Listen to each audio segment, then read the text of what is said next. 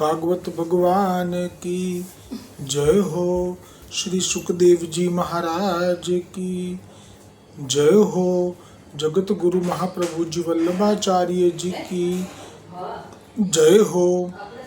सदगुरुदेव की जय हो।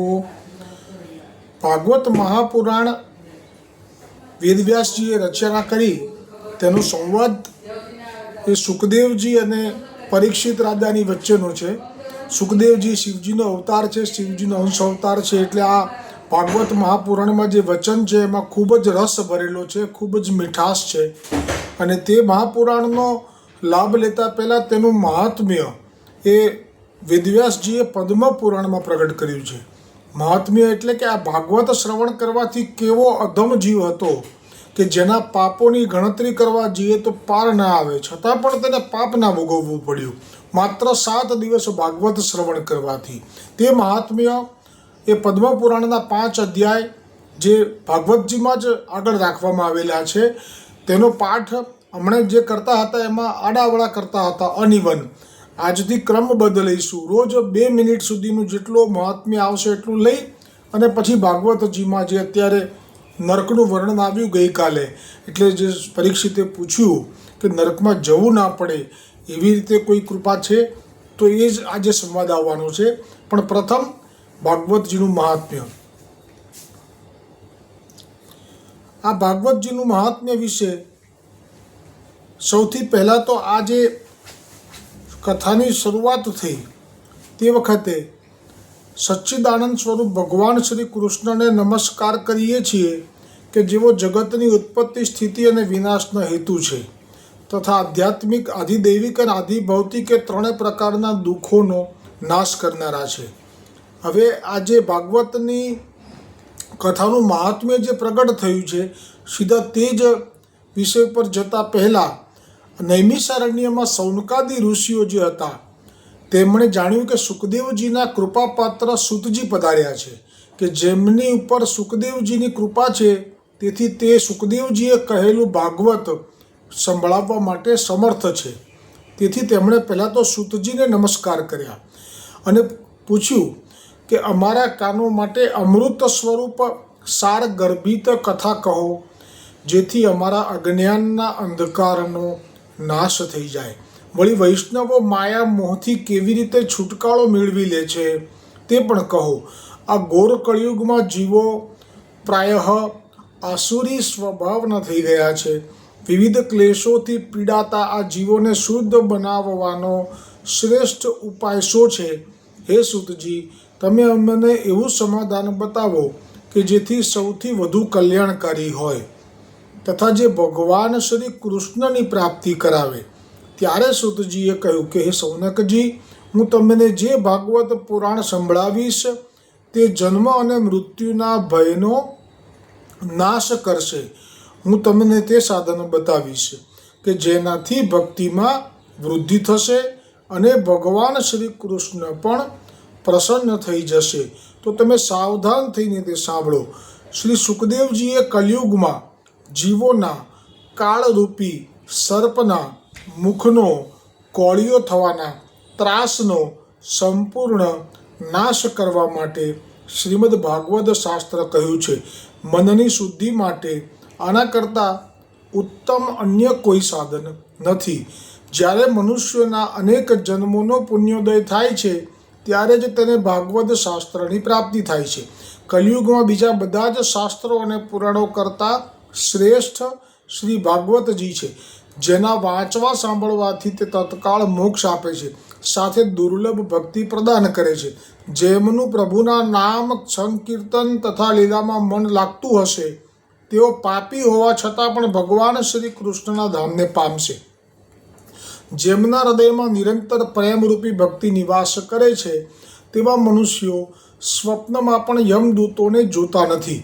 જેમના હૃદયમાં મહારાણી ભક્તિનો નિવાસ છે તેમનો સ્પર્શ કરવાની શક્તિ પ્રેત, પિશાચ, રાક્ષસ, દૈત્ય વગેરેમાં પણ નથી. ભગવાનને તપ, વેદાધ્યયન, જ્ઞાન, કર્મ વગેરે કોઈ પણ સાધનથી વશ કરી શકાતા નથી, તેઓ માત્ર ભક્તિથી જ વશ થાય છે. આ વિષયમાં વ્રજની ગોપીજનો પ્રમાણ છે. મનુષ્યોને હજારો જન્મોના પુણ્ય પ્રતાપે ભક્તિમાં અનુરાગ થાય છે. કલયુગમાં કેવલ ભક્તિ જ સાર છે. ભક્તિથી તો સાક્ષાત શ્રી કૃષ્ણચંદ્ર પણ ઉપસ્થિત થઈ જાય છે. સિંહની ગર્જના સાંભળીને જેમ વરુઓ ભાગી જાય છે, તેવી જ રીતે શ્રીમદ ભાગવતના ધ્વનિથી કળિયુગના તમામ દોષો નાશ પામશે. આ ભાગવત શાસ્ત્રનો મહિમા સંભળાવીએ છીએ. આના શ્રવણ માત્રથી મુક્તિ મળી જાય છે. એટલે કે આ ભાગવત શાસ્ત્રનો મહિમા જે ખાલી શ્રવણ કરે તો તેનાથી પણ મુક્તિ મળી જાય છે. એવો તો ભાગવત શાસ્ત્રનો મહિમાનો અહીંયા વર્ણન કર્યું છે. સુખદેવજીના શબ્દો સુતજીએ પ્રગટ કર્યા છે, પણ છે મૂળ શિવજીના અંશ એવા સુખદેવજીના આ વચન કે મહાત્મ્ય શ્રવણ કરવા માત્રથી મુક્તિ મળી જાય છે. શ્રીમદ ભાગવત કથાનું સદા સર્વદા સેવન આસ્વાદન કરવું જોઈએ. આના શ્રવણ માત્રથી પ્રભુ આવીને હૃદયમાં બિરાજે છે. આના શ્રવણ માત્રથી પ્રભુ આવીને હૃદયમાં બિરાજે છે. આ ગ્રંથમાં 18,000 શ્લોક અને 12 સ્કંદ છે તથા શ્રી સુખદેવજી અને પરીક્ષિતનો સંવાદ છે. તમે આ ભાગવત શાસ્ત્ર ધ્યાન દઈને સાંભળો. આ જીવ ત્યાં સુધી અજ્ઞાનવશ આ સંસારના ચક્રમાં ભટકે છે, જ્યાં સુધી એક ક્ષણ માટે પણ આ સુખ શાસ્ત્ર એટલે કે ભાગવત શાસ્ત્ર તેના કાને પડતી નથી. ઘણા બધા શાસ્ત્રો પુરાણો સાંભળવાથી શું લાભ? એનાથી તો વ્યર્થ ભ્રમ જ વધે છે. મુક્તિ આપવા માટે તો એકમાત્ર ભાગવત શાસ્ત્ર જ ગરજી રહ્યું છે. તો ભાગવતજીનું મહાત્મ્ય આજે આટલું જ. હવે આ જ સળંગ ચાલશે આખું, એટલે ક્યાંય વચ્ચે અનિવનજી લેતો હતો એવું નહીં. ભાગવતજીનો જે પ્રસંગ આપણે ગઈકાલે શ્રવણ કર્યો, એમાં જે પ્રસંગ આવ્યો, એમાં જે સુખદેવજીએ પરીક્ષિત રાજાએ જે પ્રશ્ન કર્યો, જેમાં નરકના જે વર્ણન સાંભળ્યા 28 પ્રકારના, તેથી પરીક્ષિત રાજાને તો ભક્તિ વળેલી છે, કેમ કે એમના તો પૂર્વજો ભગવાન શ્રી કૃષ્ણના પરમ ભક્ત હતા પાંડવો, એટલે અભિમન્યુના પિતા અર્જુન વગેરે. એટલે એમને તો કોઈ ભય ન હતો પરીક્ષિતને. અને અત્યારે તો આટલા બધા ઋષિમુનિઓ ત્યાં આવેલા છે અને વચન આપ્યું છે કે તમારો ઉદ્ધાર નહીં થાય ત્યાં સુધી અમે અહીંથી નહીં જઈએ. એ લોકો આવેલા છે મૂળ શિવજીના અંશ અવતાર સુખદેવજીના મુખથી ભાગવતનો આસ્વાદ કરવા. સુખદેવજીથી જે ભાગવત પ્રગટ થયું બસ હમણે થયું. આ દ્વાપરના અંતમાં શ્રી કૃષ્ણ સ્વધામ ગમન કરીને ગયા અને પછી પરીક્ષિતના રાજ્યમાં જે કલિયુગે પ્રવેશ કર્યો, એટલે કે દ્વાપરનો અંત અને કલિયુગની પણ શરૂઆત થઈ ગઈ. એ વખતે આ ભાગવત શાસ્ત્ર પ્રગટ થયું અને એ પ્રગટ કરનારા સુખદેવજી છે, શિવજી છે. એટલે એમના જે કંઠની કથાનો સ્વાદ લેવો હતો. એટલે તો આ બધા મોટા મોટા ઋષિઓ એટલે કોણ આવેલા, તમે કલ્પના તો કરી શકો નહીં. જે આવી ગયા નામ આગળ, વશિષ્ઠજી, રામ વખતના રામજીના ગુરુ, પછી વશિષ્ઠજીના પુત્ર, એમનું નામ હું ભૂલી ગયો છું, એમના પુત્ર પરાશક્તિ, વશિષ્ઠના પુત્ર શક્તિ એ લીલા કરી ગયા છે. શક્તિના પુત્ર પરાશર એટલે જેમનાથી આ સત્યવતી પ્રગટ થયા અને જેમણે સત્યાવતીનો સમાગમ કરીને વ્યાસમુનિને પ્રગટ કર્યા, એ પણ ત્યાં હતા. વ્યાસમુનિ પણ ત્યાં હતા, જેમણે આ ભાગવતને ધ્યાનમાં જોઈને લખ્યું છે. પણ મીઠાશ જે છે એ વ્યાસજીના રચેલા ભાગવતમાં નથી, સુખદેવજી એટલે શિવજીએ મુખેથી જે કહી છે તેમાં છે. એટલે વ્યાસજી પણ ત્યાં હતા. અને એ સિવાય જે નામ છે એમાં બધા જ મોટાભાગના હજારો વર્ષના આયુષ્યવાળા ઋષિમુનિઓ ત્યાં હાજર હતા. કેમ કે આ કથા કલિયુગમાં શરૂઆત થઈ, એ પણ કલિયુગના જીવોને ધ્યાનમાં રાખીને, કોઈ ઋષિમુનિઓને કે કોઈ મોટા સંતો મહંતોને ધ્યાનમાં રાખીને નથી થઈ. 60 જે આવશે આગળ, 60 હોય, મૂઢ હોય, મૂર્ખ હોય, દૃષ્ટ હોય અને 5 મહાપાપ કરેલા હોય. તો એટલે આ જે કથા છે એમાં સુખદેવજીની મુખની વાણીનો જ સાચો મહિમા છે. એટલે તો જો ગઈકાલે જે પ્રસંગ અધૂરો હતો ભાગવતજીમાં, એમાં સુખદેવજીએ ભરતજીના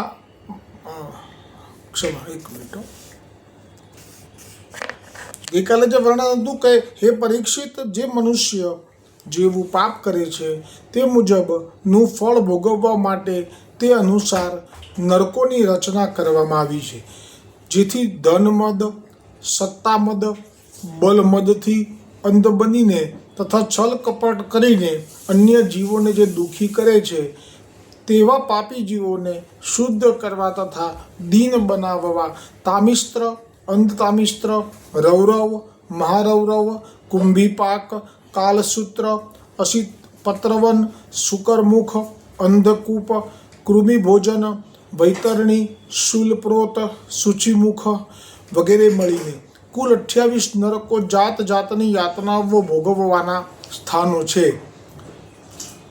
જ્યારે પાપી મનુષ્યનું શરીર છૂટે છે ત્યારે યમદૂતો તે જીવને યાતના શરીરમાં પ્રવેશ કરાવે છે, પછી તેને યમપુરી લઈ જાય છે. ત્યાં અનેક હજારો વર્ષો સુધી તથા અનેક અધમ જીવોને તો અનેક યુગો સુધી નરકની યાતના વારંવાર આપવાની પ્રક્રિયા થાય છે. ત્યારે તે શુદ્ધ થતાં તેને પ્રથમ અધમ પશુ પંખીની યોનિમાં જન્મ આપવામાં આવે છે. ત્યાર પછી પ્રભુ કૃપા કરીને તે જીવને અતિ દુર્લભ મનુષ્ય દેહમાં જન્મ આપે છે. હવે રાજા પરીક્ષિતે કહ્યું કે હે સુખદેવજી, મનુષ્યથી જાણતા કે અજાણતા પાપ થઈ ગયું હોય પણ હવે તેને નરકનો ભય ઉત્પન્ન થતાં નરકમાં ન જવું પડે તે માટે પાપનું પ્રાયશ્ચિત થઈ શકે તેવું કોઈ અનુષ્ઠાન શાસ્ત્રોમાં નિર્દેશ કર્યું છે તો તમે કૃપા કરીને તેનો ઉપદેશ કરો. શ્રી ભાગવતજીનો અનુવાદ. જ્યારે પરીક્ષિત રાજાએ સુખદેવજીના મુખેથી યમપુરીના મુખ્ય નરકોનું વર્ણન તથા ત્યાં આપવામાં આવતી વિવિધ યાતનાઓ વિશે શ્રવણ કર્યું ત્યારે જનસાધારણ જીવોના કલ્યાણ અર્થે શ્રી સુખદેવજીને વિનંતી કરતા પૂછ્યું કે જાણતા અજાણતા કે સ્વભાવવશ કોઈ પાપ કરતા રહે છે તો તેમને નરકમાં ન જવું પડે તે માટે કોઈ ઉપાય શાસ્ત્રોમાં વર્ણવ્યો છે? ત્યારે સુખદેવજીએ કહ્યું કે હા, જો તે આ જ જન્મમાં શાસ્ત્રોના જણાવ્યા મુજબ પ્રાયશ્ચિત કરી લે તો તે પાપોથી મુક્ત થઈ શકે છે. ત્યારે પરીક્ષિત રાજાએ પૂછ્યું કે શાસ્ત્રોક્ત વિધિથી પ્રાયશ્ચિત કરવું તો કઠણ છે, જેમાં ચાંદ્રાયણ વ્રત છે એમ કરીને બે ત્રણ નામ જે શાસ્ત્રોના છે એ કહ્યા હતા અને તેની વિધિ પણ જાણી પરીક્ષિતે. એ પણ સાધારણ મનુષ્યોથી થઈ શકે એવી નથી. તો પરીક્ષિત રાજા અત્યારે ખરેખર તો સાધારણ મનુષ્યોના પ્રતિનિધિ તરીકે સુખદેવજી પાસેથી ઉપાય જાણવાનો પ્રયાસ કરી રહ્યા છે કે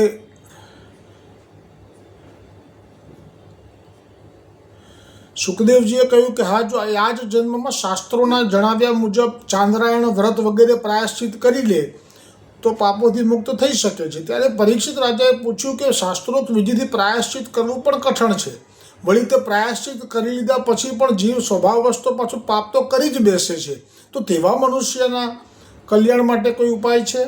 ત્યારે શ્રી સુખદેવજીએ કહ્યું કે હે પરીક્ષિત, જે મનુષ્ય પાપ કરવાની વૃત્તિ છોડી શકતો ન હોય તેના માટે માત્ર એક ઉપાય શાસ્ત્રોમાં વર્ણવ્યો છે. કેટલા ઉપાય છે? આ માત્ર એક ઉપાય શાસ્ત્રોમાં વર્ણવ્યો છે. તે છે ભગવાનનું શરણ લેવાથી અને ભગવાનના ભક્તોનું સેવન કરવાથી આવા જીવનું કલ્યાણ થાય છે. આ કલિયુગમાં સૌથી મોટામાં મોટો મેસેજ છે અત્યારે સુખદેવજીનો. આમાં ક્યાંય પણ બીજું કશું કીધું નથી, કોઈ વિધિ કરવાની નથી કીધી, કશું જ નહીં. સીધું ભગવાનનું શરણ. પણ એ શરણ પણ ક્યારે ફલીભૂત થાય? ભક્તોનો સંગ કરવાથી કલ્યાણ થાય છે. હે પરીક્ષિત, પ્રભુને આત્મસમર્પણ કરવાથી. પ્રભુને આત્મસમર્પણ જે શબ્દ છે મૂળ આ ભક્તિનો ભાગવતનો છે અને એ જ સાક્ષાત મહાપ્રભુજી વલ્ભાચાર્યજીએ વૈષ્ણવોને પણ કરાવ્યું છે આત્મસમર્પણ, જે વૈષ્ણવોને શ્રી વલ્લભ કૃપાથી સહજ થયું છે. પાપી સ્વભાવવાળા મનુષ્યની જેવી શુદ્ધિ થાય છે આત્મસમર્પણ કરવાથી, જેવી શુદ્ધિ થાય છે તેવી યમ કરવાથી, નિયમ કરવાથી, તપસ્યા કરવાથી પણ થતી નથી. સંસારમાં સમર્પણ અને ભક્તિનો માર્ગ જ સર્વશ્રેષ્ઠ છે, ભયરહિત અને કલ્યાણ સ્વરૂપ છે. કારણ કે આ માર્ગ જ અલૌકિક મહાત્માઓના આશીર્વાદથી ચાલે છે. આ બધું ઓફ ધ રેકોર્ડ વાત છે. વેદોમાં ક્યાંય નહીં મળે, શાસ્ત્રોમાંય ક્યાંય નહીં મળે. એટલે શાસ્ત્રોમાં શોધવા જશો તો નહીં હાથમાં આવે કશો સિદ્ધાંતા. વેદમાં પણ નહીં આવે, શ્રુતિ સ્મૃતિમાં પણ નહીં આવે. પણ ભાગવતજીમાં પ્રાપ્ત કેમ થયો છે કે ભાગવતજીને એ જ સાંભળે છે અને વાંચે છે અને મનન કરે છે કે જેને ભગવાનની ભક્તિ છે, અન્યથા પ્રવેશ કરી શકતા નથી. અને એટલે સ્પષ્ટ શબ્દોમાં કહી દીધું કે આ માર્ગ અલૌકિક મહાત્માઓના આશીર્વાદથી ચાલે છે. એટલે મહાત્માઓનો મહિમા ભાગવતમાં વિશેષ થઈ ગયો.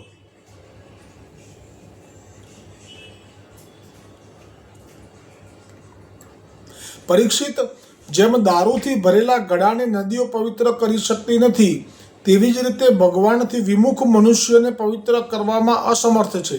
પ્રભુના ગુણગાન એટલે કે લીલા કથામૃત શ્રવણ કરતી વખતે પરમાનંદનો અનુભવ કરી લીધો છે તથા જે મનુષ્યની જીહવા પર પ્રભુનું નામ સ્મરણ થયા કરે છે તેવા મનુષ્યો સ્વપ્નમાં પણ યમરાજ અને તેમના પાસધારી દૂતો, જે બે દૂત આવે છે ને, એમને જોવા પામતા નથી.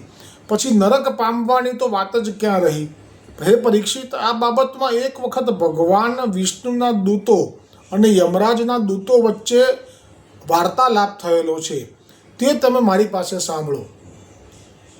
કાન્યકુબ્જ કનોજ નગરમાં એક દાસીપતિ બ્રાહ્મણ રહેતો હતો. આ જે પ્રસંગ છે કે દાસીપતિ બ્રાહ્મણ રહેતો હતો, તેનું નામ અજામિલ હતું. આ જે પ્રસંગ છે એમાં યમદૂતો અને ભગવાન વિષ્ણુના દૂતો એની વચ્ચેનો વાર્તાલાપ જે છે એ જ સંભળાવું છું તમને, કે જેથી તમારો જે સંશય છે કે જે જીવને પાપ કરવાની વારંવાર ટેવ પડી ગઈ છે, કારણ કે કામ, ક્રોધ અને લોભ આ તો બહુ પૂર્વના સંસ્કારોને કારણે હોય, તો એકદમ તો ના છૂટી જાય. તો એ છોડવા માટે મૂળ શું છે કે જેનાથી કાયમ માટે મુક્તિ મળે. તો હવે મૂળ માટે આ બનેલો પ્રસંગ કહી રહ્યા છે કે કાન્યકુબ્જ એટલે અત્યારનું અપભ્રંશ નામ કનોજ. આ નગરમાં એક દાસીપતિ બ્રાહ્મણ રહેતો હતો. તેનું નામ અજામિલ હતું. પૂર્વે તે બ્રાહ્મણ ધર્મનું પાલન કરતો રહીને અતિ પવિત્ર જીવન જીવતો હતો. પણ એક વખત વનમાં કુલટા સ્ત્રીને અર્ધનગ્ન અવસ્થામાં હતી તે એક કામિક શુદ્ર પુરુષ જેણે મદિરા પાન કરેલો તેની સાથે વિહાર કરતા તે આ અજામિલ જોઈ ગયો. તેથી અજામિલની બુદ્ધિ એ ભ્રષ્ટ થઈ ગઈ અને તેના સંસર્ગને લીધે દૂષિત થવાને કારણે તેનો સદાચાર નષ્ટ થઈ ચૂક્યો હતો. ત્યાં સુધી કે તે પોતાની પત્ની તથા માતા પિતાને ઘરમાંથી કાઢી મૂકીને પેલી કુલટા સ્ત્રીને ઘરમાં રાખી લીધી હતી. હવે ધન મેળવવા તે ક્યારેક વટે માર્ગોને લૂંટી લેવા લાગ્યો, ક્યારેક લોકોને જુગારમાં છળ કપટથી હરાવી દેતો હતો, કોઈનું ધન દગાખોરીથી પડાવી લેતો હતો, તો કોઈનું ધન ચોરી લેતો હતો. અજામિલને આ દાસીથી 10 પુત્રો થયા. આ રીતે પોતાના કુટુંબનું પાલન પોષણ કરતો 20થી 10 પુત્રો થયા અને આ રીતે પાલન પોષણ કરતો. આમ કરતાં તેના 88 વર્ષ વીતી ગયા. તે વૃદ્ધ અજામિલના સૌથી નાના પુત્રનું નામ નારાયણ હતું. આ જે સૌથી નાનો પુત્ર છે જેનું નામ નારાયણ છે તેનો ઉલ્લેખ અન્ય પુરાણમાં આવે છે કે એક વખત એક સંત એટલે કે આ પરાશર મુનિનું જ નામ એમાં ખુલે છે, જે વ્યાસજીના પણ પિતા છે. એ વ્યાસજીના પિતા પરાશર સાક્ષાત ઠાકોરજીને ઝાંપીજીમાં પધરાઈને એ ભગવાન વિષ્ણુની પૂજા કરતા મર્યાદા માર્ગીય સંત છે. એટલે ભગવાન વિષ્ણુનું સ્વરૂપ ઝાંપીજીમાં પધરાઈ પોતાના સેવકો સાથે એક વખત એ જઈ રહ્યા હતા અયોધ્યાથી દ્વારકા કે દ્વારકાથી અયોધ્યા. એ વખતે માર્ગમાં આ કનોજ એટલે કે કાન્યકુબ્જ નગર આવ્યું. તેમનો એવો નિયમ હોય કે જ્યારે પણ એ પોતાની પાસે માલ મિલકત કે દ્રવ્ય ના રાખે, ભગવાન ભરોસે એમનું ચાલે. અહીં તહીં રખડી ખાવા ઘર વિનાના બાવા, કામ અને ધંધો એક અમારે, સમરણ હરિનું સાંજ સવારે લઈએ જીવન લાવવા. એમને કોઈ માલમત્તા માયા ના હોય અને વિશ્વાસ હોય ભગવાન ઉપર કે જ્યાં ગામમાં જઈશું ત્યાં કોઈક તો હરિનો લાલ મળી જશે કે જેની પાસે દ્રવ્ય સંપન્ન હશે, ભાવવાળો હશે, અમને સીધું આપશે. બસ એ સીધું અમે લઈ અને પછી એને આપ ઠાકોરજીને ઝાંપીજીમાં જે છે એમને પૂજા કરી તુલસી અને વગેરે ચંદનથી ભોગ અર્પણ કરી અને મહાપ્રસાદ લેવો. આ એમની દિનચર્યા છે. તો આ કનોજમાં જેવા એવા આવ્યા તેમની સાથે ત્યાં બધાને પૂછે એવી રીતે પૂછ્યું કે કોઈ ભગવાન વિષ્ણુના ભક્તનું ઘર હોય તો બતાવો. તો ત્યાં જે નાસ્તિક લોકો બેઠા હતા ગામના છેવાડે એ લોકોને પૂછ્યું. તો એ નાસ્તિક લોકોએ તો ના પાડવી જોઈએ, એને બદલે એમણે તો એ સંતોને દુઃખ પડે અને મશ્કરી પણ થઈ જાય એવા ભાવ સાથે અજામિલનું ઘર એ બતાવી દીધું કે આ સૌથી મોટા ભગવદ ભક્ત છે, તમારે સારામાં સારું સ્વાગત કરશે. આ રીતે આપે અજામિલનું ઘર બતાવી દીધું. અને તે વખતે નારાયણ કરતા પરાશર મુનિ અને આપના શિષ્યો મંડળી સાથે એ અજામિલના ભવનમાં, કારણ કે ઘર સુખી હતો પહેલાં, મા બાપને કાઢ્યા, પત્નીને કાઢ્યા અને હવે વેશ્યાને રાખી, તો વિશાળ પટાંગણ છે, વાડો છે, એમાં પ્રવેશ કર્યો. દાસી પણ ચતુર હતી. આ દાસી અને જે વેશ્યા છે અત્યારે અજામિલની પત્ની, એ પણ પૂર્વજન્મમાં ઋષિ કન્યા હતી અને અજામિલ પણ પૂર્વજન્મમાં ઋષિ પુત્ર હતો. હિમાલયના કોઈ એવા વિસ્તારમાં એ તપ કરતા હતા પોતપોતાના આશ્રમમાં.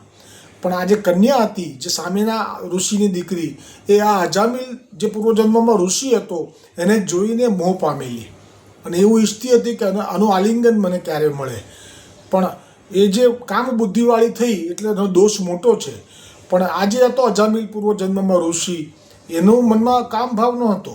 એને તો ભગવાનની પ્રાપ્તિ બસ હવે થવાની તૈયારી હતી. નિત્ય જે તપ કરીને ભગવાનને પ્રસન્ન કરી લીધેલા, જેવી રીતે ભરત રાજાએ કરી લીધેલા, પણ થોડું બાકી રહ્યું ને પછી હરણ થવું પડ્યું.